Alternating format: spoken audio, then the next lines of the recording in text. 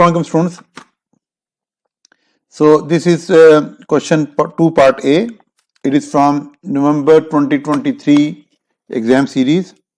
It's variant 3 of paper 2, paper 2-3.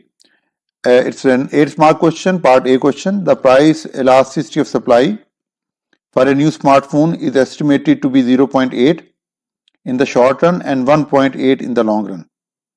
Explain what these estimates mean for producers and consumers of smartphones and consider why the estimates differ. So there are three assessment objectives. We have been telling you again and again. So knowledge understanding 3 marks, analysis, that is assessment objective 2, 3 marks, evaluation assessment objective 3, 2 marks, and knowledge understanding is assessment objective 1. So first we begin with the knowledge understanding area and try to understand how can we get 3 out of 3 for knowledge understanding. So the question is about price elasticity of supply. So we need to give its formula and its definition. So price elasticity of supply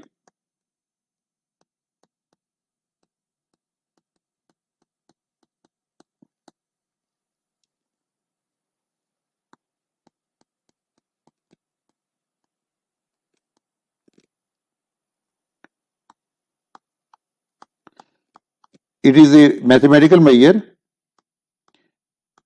and it measures the extent or degree of responsiveness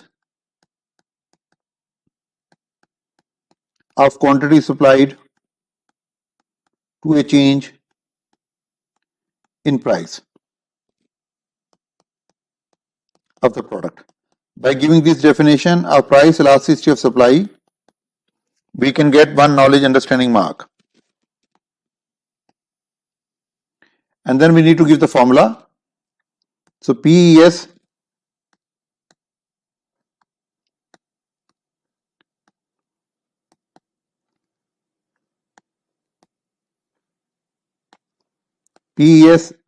is equal to percentage change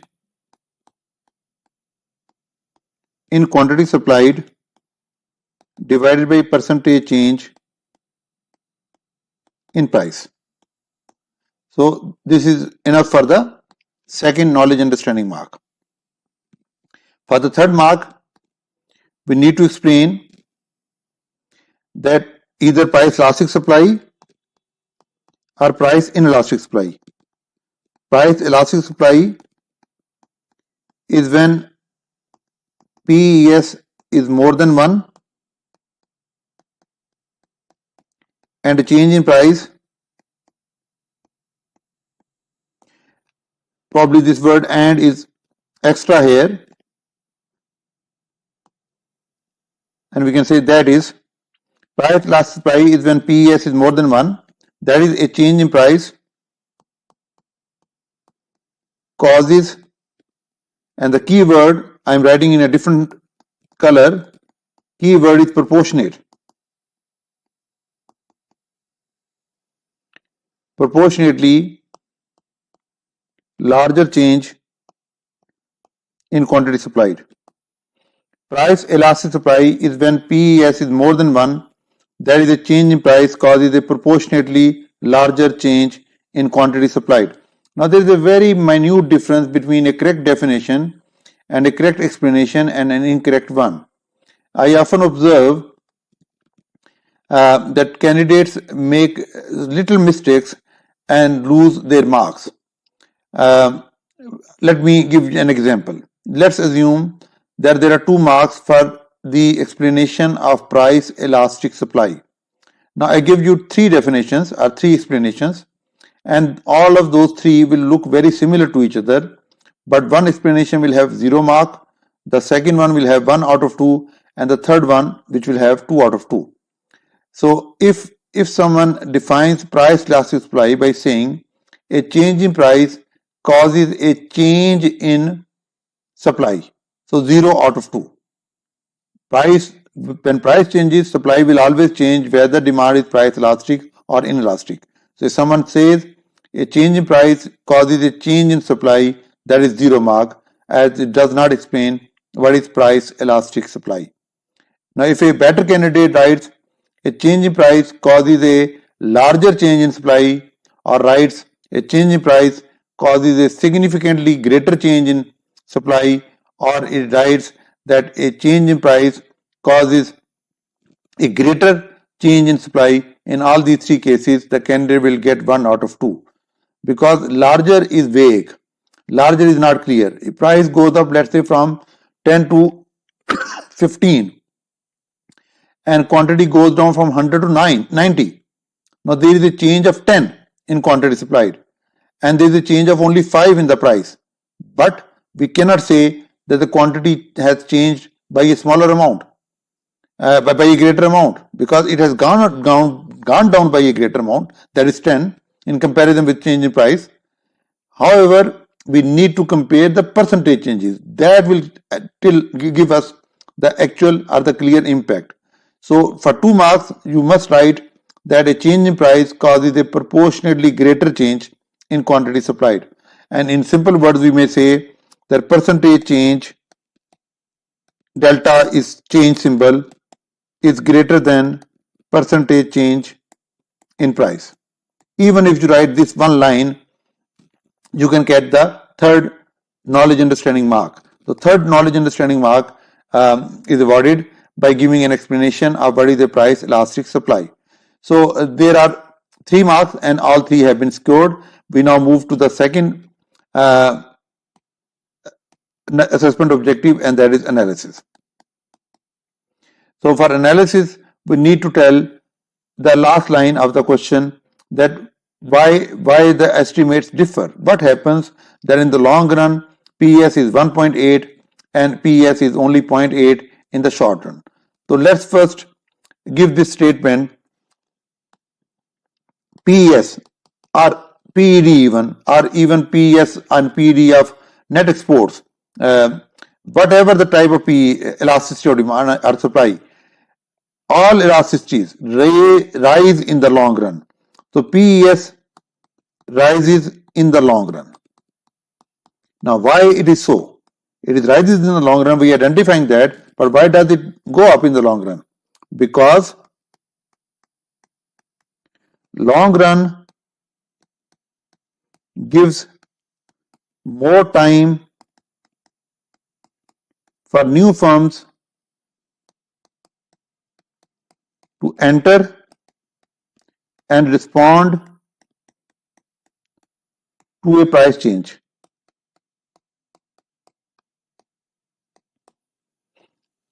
So in the long run, PES is higher because the ability to respond to a price change is more when we have more time at our disposal.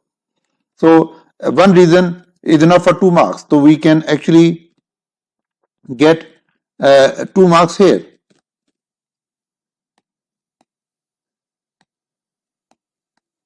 Two analysis marks just by explaining one point. And for the second explanation, we can say in the long run, PES is high because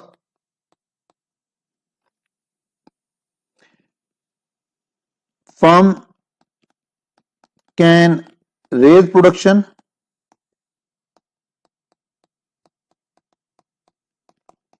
build up stocks, and that allows them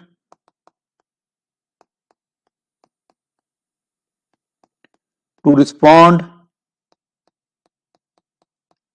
to a price change more instantly, more quickly.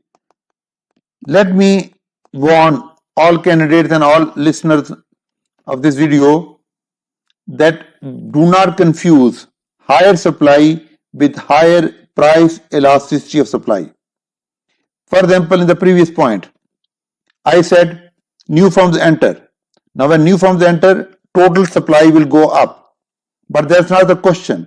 The question is not about why would supply go up in the long run. The question is why would PES go up in the long run. So we have linked the entry of new firms with the ability to respond to a price change. And I did not say when new firms enter, there will be greater output. But I'm saying when there will be new firms, there will be better responsiveness to a price change. Similarly, in the second paragraph, I am not saying that new firms can raise production in the long run and they can produce more. But I'm saying that in the long run, they have more stocks, more production, more stocks, and they are able to meet demand and able to respond to price changes and demand changes more instantly, more quickly in less time period. Now that is what we require. PES means, high PES means that a firm is better positioned to respond to a price or demand change. So that second paragraph is good enough for the third analysis mark. So far we have done two assessment objectives, knowledge understanding as well as the second one analysis. Now we do the third one, and that is evaluation. The third, please do not give heading in the exam paper. In the exam paper you need to write an essay in flow. I am giving headings only for your understanding.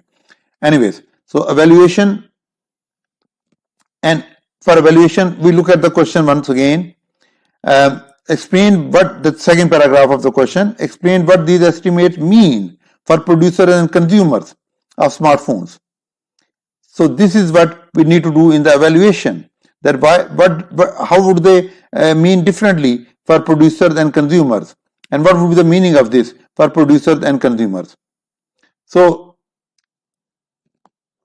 a high price elastic supply would indicate a better control over production by a firm. So when PES is high, it means that the firm is in a better position to control its production. They can raise production easily, they can lower it down easily as well.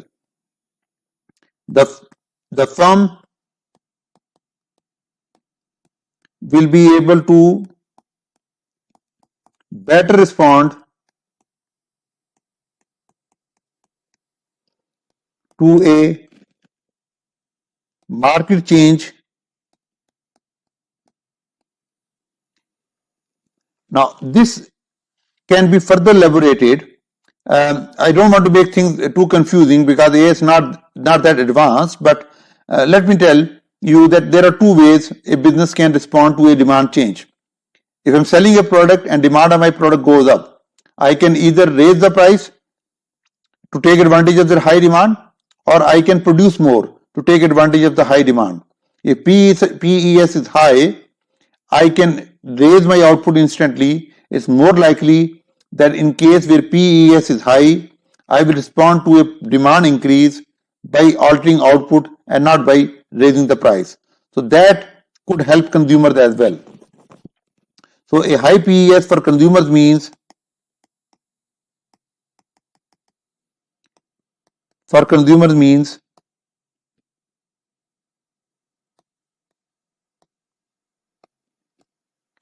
that they will be able to continue getting the products at somewhat unchanged prices even if demand rises. So even if demand rises, since PES is high, so demand rises, it would mean price would rise, and since PES is high, new supplies will come instant into the market, and it's more likely that the price won't go up. So a high PES suits the consumers because they can get instant output. They can get the demands can be met, their extra demands can be met instantly by the producers.